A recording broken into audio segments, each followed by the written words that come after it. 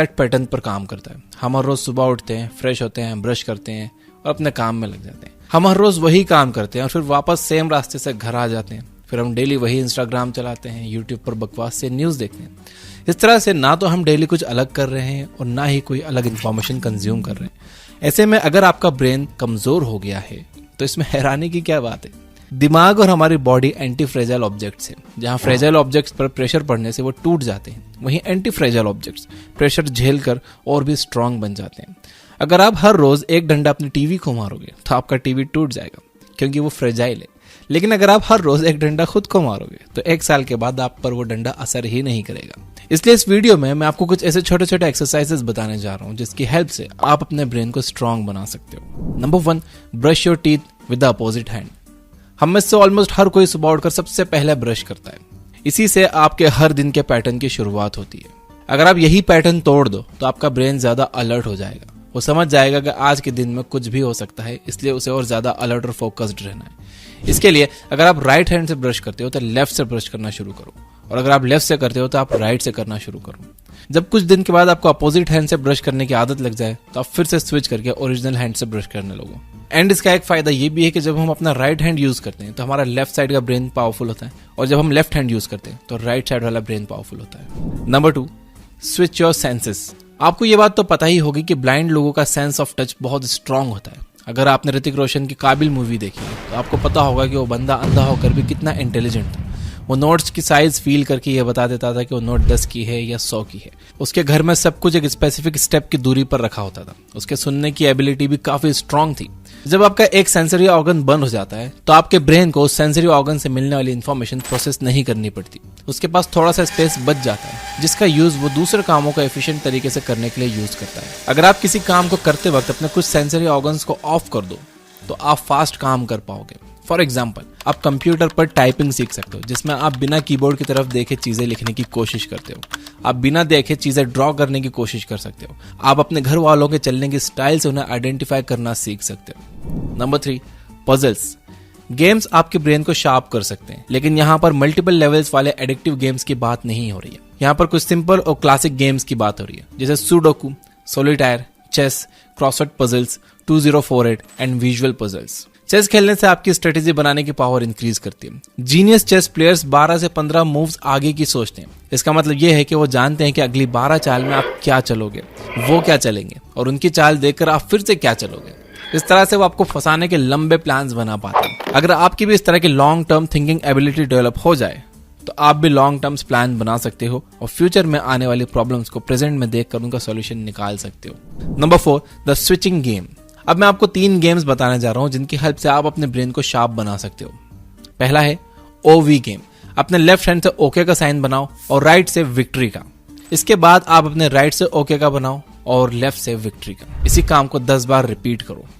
The circle triangle game. अपने left hand से हवा में एक सर्कल बनाओ और राइट हैंड से एक ट्रायंगल। कोशिश करो कि ये दोनों शेप्स परफेक्ट बने, वो भी एक साथ। ये सुनने में जितना इजी लगता है असल में उतना है नहीं। एक बार आप लेफ्ट से सर्कल और राइट से ट्रायंगल बनाने में कामयाब हो जाओ तो फिर स्विच करके अपने राइट से हवा में सर्कल बनाओ और लेफ्ट से एक ट्रायंगल बनाओ।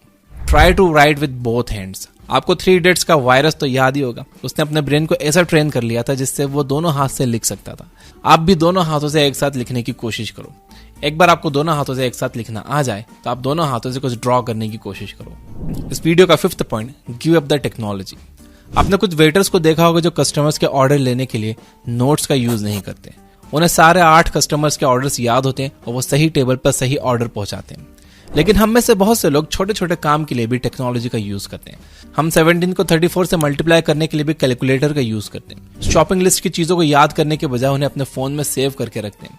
हमें अपने घर में किसी का भी फोन नंबर याद नहीं रहता। हम इवेंट्स को भी याद रखने के लिए रिमाइंडर्स का यूज करते हैं। तो हो सके तो ये छोटे छोटे काम अपने ब्रेन पावर से करने की कोशिश करो। सबसे पहले आप अपनी लाइफ के 5 इंपॉर्टेंट लोगों का नंबर याद कर लो। इसके बाद आप जब भी नेक्स्ट टाइम शॉपिंग करने के लिए जाओ तो आप लिस्ट ना बनाकर चीजें याद करने की कोशिश करो। लिस्ट याद रखने के लिए मैं आपको एक सिंपल सी ट्रिक बताता हूँ।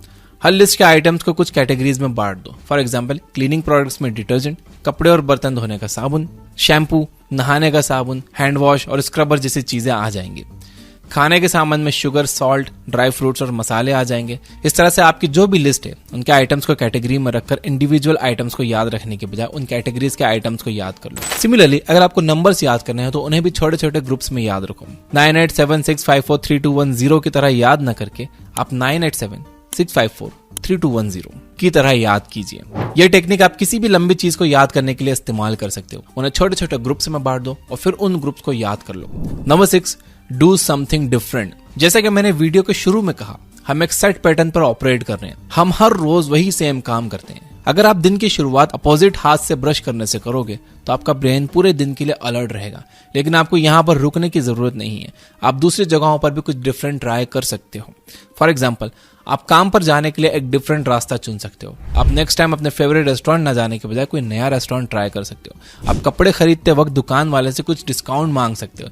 इस तरह से अपने डेली के कामों में छोटे छोटे चेंजेस करके आप अपने सारे दिन के पैटर्न को चेंज कर सकते हो। ऐसा करने से आपके ब्रेन को यह पता लग जाएगा कि अब चीजें एक सेट रूल्स के अकॉर्डिंग नहीं हो रही हैं और उसे सरप्राइजेस के लिए तैयार रहना चाहिए। इस तरह से ये सारे काम करने से आप और अलर्ट और फोकस्ड रहोगे। तो अगर आपको वीडियोस को लाइक करने की आदत नहीं है तो इस वीडियो को लाइक करके एक अपोजिट काम कर दो। अगर आप मेरी वीडियोस को लाइक तो करते हो लेकिन कमेंट नहीं करते हो तो आप कमेंट भी करिए कि ये वीडियो आपके लिए हेल्पफुल था या नहीं। अगर आपको नहीं समझ में आ रहा है कि क्या लिखना है तो यस जरूर लिखिए। और ये बुक ऐप पर स्कॉट जी हेल्फोर्ड की बुक एक्टिवेट योर ब्रेन की हिंदी बुक समरी जरूर सुनिए। और इसके अलावा आप डेविड पॉल मटर की बुक ब्रेन मेकर की फ्री समरी भी सुन सकते हो। अब अगर आप मेरी लेटेस्ट वीडियो देखना चाहते हो तो राइट साइड वाली वीडियो पे क्लिक करो। और अगर आप दिमाग को तेज बनाने वाले 10 फूड्स के बारे में जानना चाहते हो तो लेफ्ट साइड वाली वीडियो पे क्लिक करो। Finally, you guys are amazing. Keep reading, keep learning, keep growing. Thank you for watching.